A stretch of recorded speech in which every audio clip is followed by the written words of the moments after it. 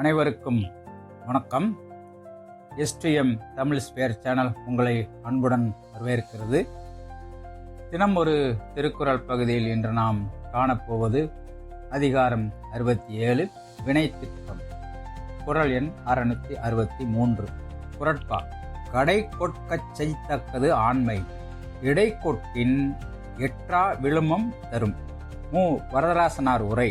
செய்யும் தொழிலை முடிவில் வெளிப்படும்படியாக செய்யும் தகுதியே ஆண்மை எனப்படும். இடையில் வெளிப்பட்டால் நீங்காத துன்பத்தை கொடுக்கும்.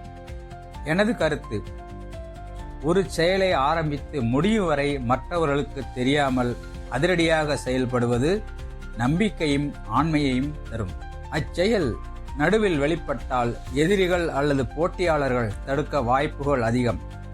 தொடங்கிய செயல் தடுக்கப்படலாம். அதனால் செயலின் வெற்றி ஏற்படாமல் நீங்காத துன்பம் ஏற்படும். இந்த காணொளியை கண்டதற்கு நன்றி. தினம் ஒரு திருக்குறள் பகுதி உங்களுக்கு பிடித்திருந்தால் எஸ்டிஎம் தமிழ் ஸ்பேர் சேனலை சப்ஸ்கிரைப் செய்யவும், லைக் செய்யவும், பெல் பட்டனை தேர்வு செய்யவும். மீண்டும் சந்திப்போம் அடுத்த குறளில். நன்றி, வணக்கம்.